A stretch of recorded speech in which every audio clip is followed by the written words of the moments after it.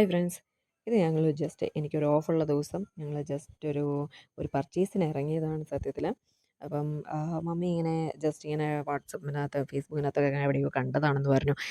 നമ്മുടെ അടൂർ ഒരു കടയിൽ ഭയങ്കര കളക്ഷനാണ്. അങ്ങനെ പറഞ്ഞതുകൊണ്ട് മാത്രം ജസ്റ്റ് ഞങ്ങൾ ചുമ്മാ ഒന്ന് പോയി നോക്കാമെന്ന് പറഞ്ഞുകൊണ്ട് അങ്ങനെ ചെങ്ങന്നൂന്ന് അടൂരേക്ക് പോയ പോക്കാണ് തുണി എടുക്കാൻ വേണ്ടി പർച്ചേസ്. ഒത്തിരി വലിയ പർച്ചേസൊന്നുമല്ല, ചെറിയൊരു പർച്ചേസിന് വേണ്ടി പോയതാണ്. അങ്ങനെ ഞങ്ങൾ അടൂരെത്തി. അവിടെ കാർ പാർക്കിങ്ങിൽ കാറ് പാർക്ക് ചെയ്ത് അവിടെ അന്നേരം പേ പാർക്കാണെന്ന് പറഞ്ഞു. അപ്പം മമ്മി അത് ഞാൻ കാറ് പാർക്ക് ചെയ്യുന്നതിൻ്റെ ഇടയ്ക്ക് മമ്മി ആദ്യമേ പോയി അത് പൈസ കൊടുത്തു. പൈസ കൊടുത്തപ്പോൾ അവർ പറഞ്ഞായിരുന്നു, അവർ തന്ന ആ സ്ലിപ്പ് നമ്മൾ ബില്ലടയ്ക്കുന്ന സമയത്ത് അവിടെ ഷോപ്പിൽ ബില്ലിങ് സെക്ഷനിൽ കാണിച്ചാൽ മതി, നമ്മൾ കൊടുത്ത പൈസ തിരിച്ച് നമുക്ക് റിട്ടേൺ തരുമെന്ന്.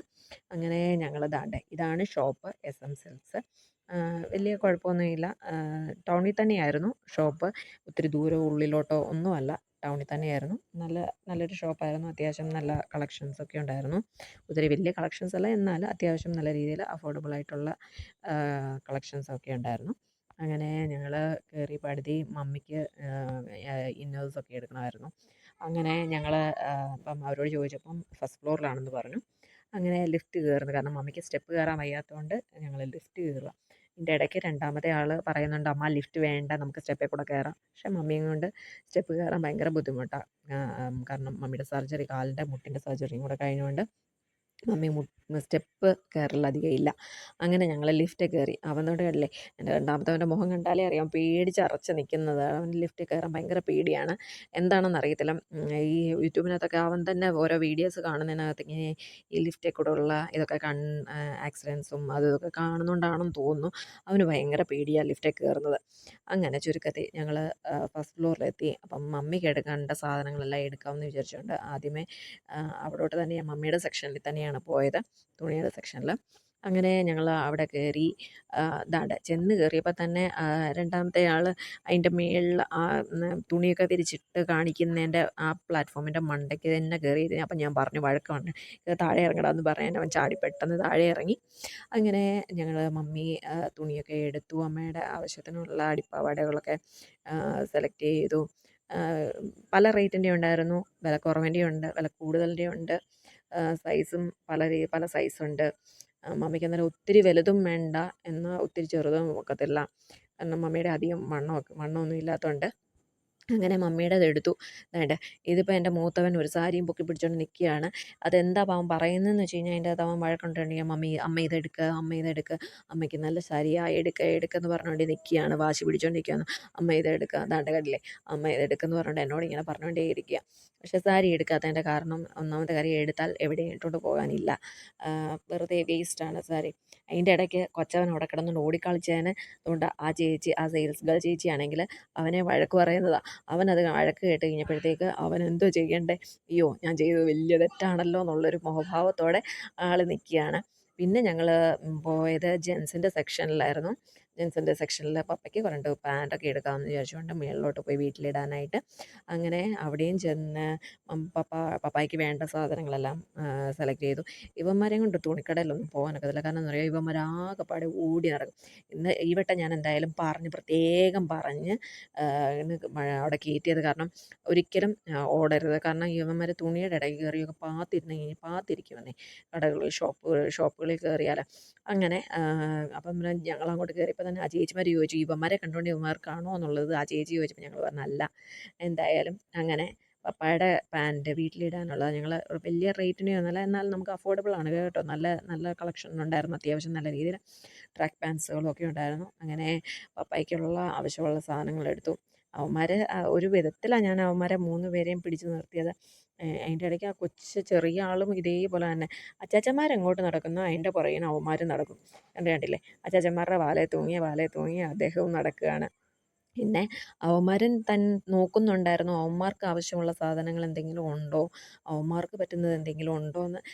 എന്തായാലും ഒരു വിധത്തിൽ അവന്മാരോട് ഞാൻ പറഞ്ഞു, നെക്സ്റ്റ് ടൈം, കാരണം കഴിഞ്ഞ വട്ടം അങ്ങോട്ട് അവന്മാർക്ക് ഡ്രസ്സ് വാങ്ങിച്ചതേ ഉള്ളൂ. കഴിഞ്ഞ ഇടയ്ക്ക് ഒരു കല്യാണം ഉണ്ടായിരുന്നുകൊണ്ട് അതിന് പോയി അവന്മാർക്ക് ആവശ്യമുള്ള പുതിയ ഡ്രസ്സൊക്കെ വാങ്ങിച്ചതായതുകൊണ്ട് ഈ വട്ടം വാങ്ങിക്കുന്നില്ല എന്ന് പറഞ്ഞ്, എന്തായാലും അങ്ങനെയൊക്കെ പറഞ്ഞാൽ മനസ്സിലാവും കേട്ടോ. അങ്ങനെ ഞങ്ങളുടെ ആവശ്യമുള്ള സാധനങ്ങളെല്ലാം എടുത്തേച്ച് തിരിച്ച് ഞങ്ങൾ ബില്ലിംഗ് സെക്ഷനിൽ വന്നു. അപ്പം നമ്മുടെ ഓരോ ഫ്ലോറിലും ഉണ്ട് ബില്ലിങ്. അപ്പം അന്നേരം അവിടെ നമ്മൾ ബില്ല് ചെയ്ത് ടോട്ടൽ ബില്ല് ലാസ്റ്റ് താഴെ വരുന്ന ടോട്ടൽ ബിൽ ലാസ്റ്റ് കൗണ്ടറിൽ കൊണ്ടുവന്ന് കൊടുത്താൽ കൊടുക്കുക ചെയ്യുന്നത്. അപ്പം അന്നേരം നമുക്ക് താഴെ നിന്ന് തന്നെ നമ്മുടെ സാധനങ്ങൾ കളക്ട് ചെയ്യാനൊക്കും. അങ്ങനെ മമ്മി ബിൽ എമൗണ്ട് തന്നു. മമ്മിയുടെ വകയായിരുന്നു പർച്ചേസ് മുഴുവൻ. അപ്പം അന്നേരം അങ്ങനെ അവന്മാർ ഞാൻ പറഞ്ഞു അവിടെ പോയി ഇരിയടാന്ന്. കാരണം അവന്മാർ ഓടി നടക്കുന്നതുകൊണ്ടേ. അപ്പം അങ്ങനെ ചുരുക്കത്തിൽ ബില്ലിങ് എല്ലാം ചെയ്ത് ഞങ്ങൾ പയ്യെ അവിടെ നിന്നൊക്കെ ഇറങ്ങി. ഇതെല്ലാം എടുക്കുന്നത് എൻ്റെ മൂത്തവനാണ് കേട്ടോ. വീഡിയോസ് എടുക്കുന്നത് മുഴുവൻ എൻ്റെ കംപ്ലീറ്റ് ഒട്ടുമിക്ക മീൻസ് അതിൻ്റെ അകത്ത് ഞാനില്ലാത്ത പാട്ട് മുഴുവനും എന്നെ കാണുന്ന പാട്ടുകൾ മുഴുവൻ മീൻസ് അവനാണ് എടുക്കുന്നത്. എൻ്റെ മൂത്ത ആളാണ്. അങ്ങനെ പിന്നെ എന്തായാലും രണ്ടുപേരും ഒരു സീറ്റ് കണ്ടുപിടിച്ചിട്ടുണ്ടായിരുന്നു. അവിടെ കുറച്ച് നേരം ഇരുന്നു. അങ്ങനെ ഞങ്ങൾ ഞങ്ങളുടെ പർച്ചേസും കഴിഞ്ഞ് ഞങ്ങൾ ആ കടയിൽ നിന്ന് ഇറങ്ങി ഞങ്ങളുടെ സാധനങ്ങളെല്ലാം കളക്ട് ചെയ്തു. ഞങ്ങൾ ഒത്തിരി പർച്ചേസ് ഞാൻ പറഞ്ഞില്ല, ഒത്തിരി വലിയ പർച്ചേസ് ഒന്നുമല്ല, ചെറിയ പർച്ചേസ്. അപ്പം നമ്മൾ ആ കാറിൻ്റെ പാർക്ക് ചെയ്ത പാസ് അവിടെ കാണിച്ചപ്പം അത് കുറച്ചിട്ടുള്ള എമൗണ്ടാണ് തന്നത്. അങ്ങനെ വലിയ പർച്ചേസ് ഒന്നും ചെയ്തില്ല. അങ്ങനെ തിരിച്ച് ഞങ്ങൾ വണ്ടിയിൽ കയറി. അങ്ങനെ ഞങ്ങൾ പിന്നെ തിരിച്ച് അപ്പോഴത്തേക്ക് ഇവന്മാർക്കൊന്നും വാങ്ങിച്ചു കൊടുത്തില്ലല്ലോ എന്ന് മമ്മിക്ക് ഭയങ്കര പ്രയാസം. അപ്പം ഞാൻ പറഞ്ഞു എന്നാൽ പിന്നെ അവന്മാർക്ക് എന്തെങ്കിലും കഴിക്കാൻ മാത്രം വാങ്ങിച്ചു കൊടുത്താൽ മതിയെന്ന്. അങ്ങനെ ദാണ്ടെ ഇതിപ്പോൾ കണ്ടില്ലേ, നിങ്ങൾ കാണുന്നില്ലേ, വണ്ടിക്കകത്ത് കയറുന്നതിൻ്റെ വഴക്കാണ്. ഒരാൾക്ക് ഫ്രണ്ടിൽ ഇരിക്കണം, മറ്റേയാൾക്ക് ഫ്രണ്ടിൽ ഇരിക്കണം, അതിന് വേണ്ടിയുള്ള വഴക്കാണ്. കൊച്ചാൾ പറഞ്ഞു കൊച്ചാൾക്ക് ഫ്രണ്ടിൽ ഇരിക്കണ്ടേ.